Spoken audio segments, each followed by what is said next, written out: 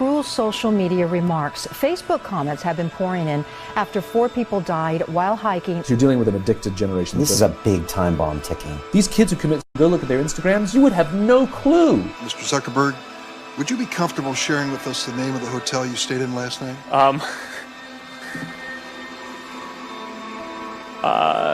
No. People who spend more time on Facebook suffer higher rates of depression than people who spend less time on Facebook. It'll destroy relationships, it'll cost time, and it'll cost money, and it'll make your life worse.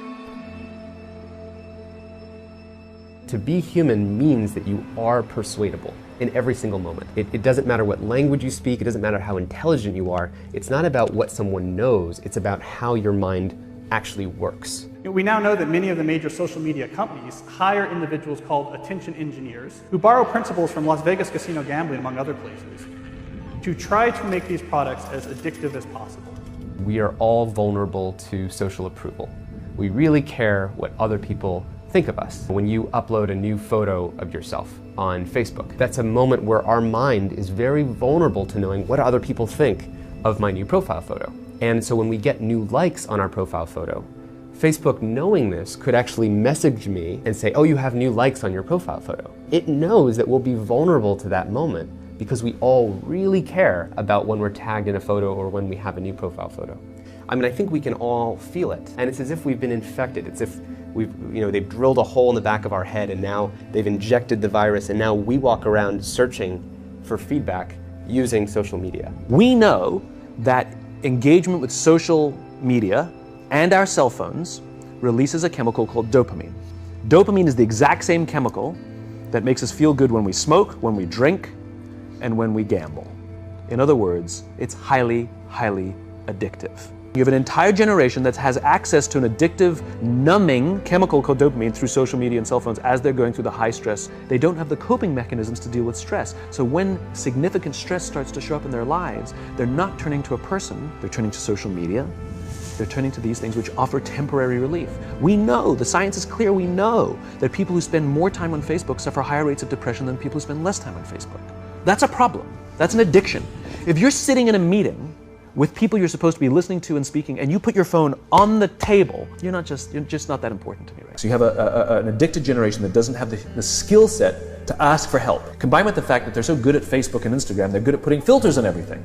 So they're good at showing you how smart and strong they are. These kids who you go look at their Instagrams, you would have no clue that they were depressed. People look like they have a much better life than they really do. People are posting pictures of when they're really happy. They're modifying those pictures to be better looking. People basically seem they're way better looking than they basically really are, and they're way happier seeming than they really are. So if you look at everyone on Instagram, you might think, they're all these happy, beautiful people, and I'm not that good looking and I'm not happy, so I must suck. Some of the happiest seeming people, actually some of the saddest people in reality.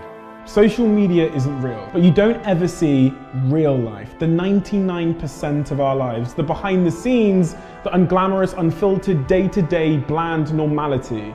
And you end up comparing your behind the scenes to other people's fake highlight reel and using others as a mirror or benchmark for how you should look, how successful you should be, or how you should live. You'll become your happier self when you stop putting pressure on yourself to be more like someone else. And they know that this causes depression. They're injecting things into your head that you didn't ask for. Our lives are becoming more transparent, just inevitably. It's just pulling us. It'll destroy relationships, it'll cost time, and it'll cost money, and it'll make your life worse. If you've messaged anybody this week, would you share with us the names of the people you've messaged? No.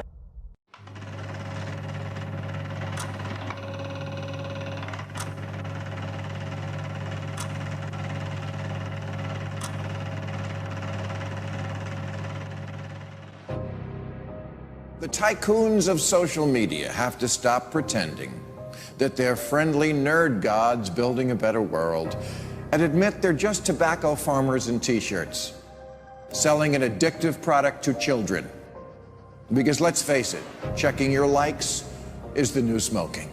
Philip Morris just wanted your lungs. The App Store wants your soul. There are 2 billion people, more than 2 billion people on Facebook. That's more than the number, it's about the number of notional followers of Christianity. People check their phones 150 times a day, the millennial sort of audience. And so if you think about it, from the moment you wake up, it's like you're jacked in to this environment. And thoughts start streaming into your head, designed by a few technology companies. What we find is the typical person checks their phone every 15 minutes or less, and half of the time they check their phone, there's no alert, no notification. It's coming from inside their head telling them, gee, I haven't checked in Facebook in a while. I haven't checked on this Twitter feed for a while. I wonder if somebody commented on my Instagram post. That then generates cortisol, and it starts to make you anxious, and eventually your goal is to get rid of that anxiety, so you check in. And apparently we feel stressed when we can't get our phone or when our battery is about to die. You probably know this feeling. And a research done in Australia among 3,000 people under the age of 30 found that 9 out of every 10 admit to feel this anxiety while having his battery dying. Steve Jobs revolutionized the entire world with the iPhone, and he never let his children use it because he did not want them dependent on technology. Right now, an infant is getting their first laptop that's soft and squishy and makes noise. Right now, a child is being born online and being favorited and retweeted. The hypergenerational segregation of our time is bizarre, unhealthy, and historically unprecedented. You've never seen the like of people sitting at a table in a restaurant not talking to each other because they're texting and using their Facebook and Instagram and Twitter, and they are at the table and don't even know each other. In the house and can't even talk to each other. And the pressure that's on us to be like everybody else is so great that everybody tries to live like they're in a reality show. As a culture, we don't have enough in common anymore. And that's because the internet, which was supposed to unite the world, has become too adept at serving us personalized content. Do you know what I saw on Yahoo's front page this morning? No, you don't, because mine isn't the same as yours. People get news feeds now that just spit back customized stories based on what we've clicked on in the past. We are great consumers, but poor producers. We will buy what we can't afford with money that we don't have to impress people we don't even know, trying to be like everybody else.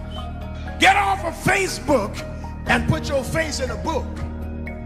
Right now, a teenager is photoshopping their selfie because as a society, we're telling them they're not good enough.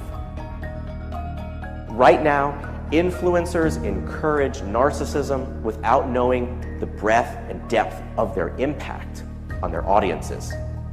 Right now, 40,000 spectators are in an Olympic football arena watching a competitive esports competition because this is this generation's football match.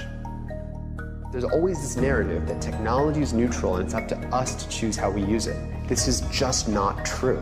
Technology is not neutral. It's not neutral. They want you to use it in particular ways and for long periods of time because that's how they make their money. You don't realize it, but you are being programmed. It was unintentional, but now you got to decide how much you're willing to give up, how much of your intellectual independence. If you feed the beast, that beast will destroy you. If you push back on it, we have a chance to control it and rein it in. And it is a point in time where people need to hard break from some of these tools and the things that you rely on. The short-term dopamine-driven feedback loops that we have created are destroying how society works.